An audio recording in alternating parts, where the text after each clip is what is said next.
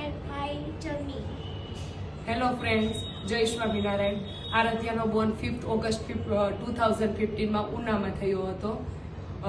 Pregnancy પહેલાં કે pregnancy પછી મારે કોઈ પ્રોબ્લેમ ના હતો, પણ જ્યારે આરાધ્યા 1 મંથની થઈ ત્યારે એને ન્યુમોનિયા થયો હતો. ન્યુમોનિયામાં તો પછી તો કોઈ પ્રોબ્લેમ નહોતો, એને તો અમે એડમિટ કરીને એને બધું વ્યવસ્થિત કરી નાખ્યું. પણ જ્યારે 1 યર પછી બીજા છોકરાઓને અમે જોયા તો એ લોકો રિસ્પોન્સ આપતા હતા, પણ આરાધ્યામાં અમને કોઈ રિસ્પોન્સ નહોતો દેખાતો, મને નહોતો દેખાતો મીન્સ. એટલે પછી મેં ડેડીને વાત કરી કે આરાધ્યા સાંભળતી ન હોય ને એવું લાગે છે. તે ડેડીએ મને એમ કીધું કે તું ખોટી માઇન્ડમાં નેગેટિવિટીઝ લાવે છે, એવું વિચારમાં એવું કાંઈ છે નહીં. એટલે 3-4 દિવસ તો મેં જવા દીધી વાતને, પણ અંદર તો મને એમ જ હતું કે આરાધ્યા સાંભળતી નથી એવું મને લાગે છે. એટલે પછી જ્યારે એને શરદી થઈ 2-3 દિવસ પછી, એટલે હું મારા ફેમિલી ડૉક્ટર પાસે લઈને ગઈ. એટલે મેં ત્યાં મજાકમાં એને વાત કરી દીધી કે આરાધ્યા સાંભળતી ન હોય ને એવું મને લાગે છે.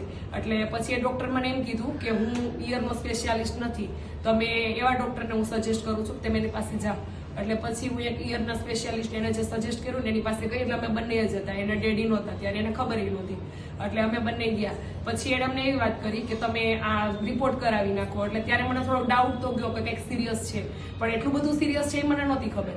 પછી ઘરે આવીને મેં સુભાષને વાત કરી. એટલે સુભાષે એમ કીધું કે ના એવું કાંઈ નથી, કેમ કે એને એટલે ના પાડી કે એને ડર હતો, એટલે મને ના પાડી દીધી એણે કે ના એવું કાંઈ નથી, રિપોર્ટ એ નથી કરવા. પણ મેં જીદ કરીને પછી એવું વિચાર્યું કે રિપોર્ટ તો કરવા જ છે એમ. એક વખત આ મારો ડાઉટ જે છે એ ક્લિયર થઈ જ જવો જોઈએ.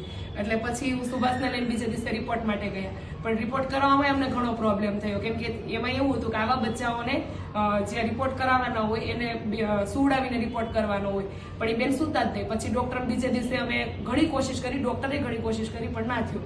પછી બીજા દિવસે અમને બોલાવ્યા કે તમે બીજા દિવસે આવો અને એને સુવડાવીને પછી રિપોર્ટ કરશું. ત્યારે માંડ રિપોર્ટ થયો. પણ ત્યારે અમને એમ હતું, ક્યાંક એવું હતું કે કંઈક પ્રોબ્લેમ થશે, અને ક્યાંક એવું હતું કે નહીં જે થશે એ સારું થશે, આવું કંઈ છે નહીં. પછી જ્યારે અમને અંદર બોલાવ્યા ત્યારે જે ટફ જર્ની આરાધ્યાની સ્ટાર્ટ થઈ એ તો હું તમને નેક્સ્ટ વિડીયોમાં કહીશ. એના માટે લાઈક, શેર અને સબસ્ક્રાઈબ કરી દીધું.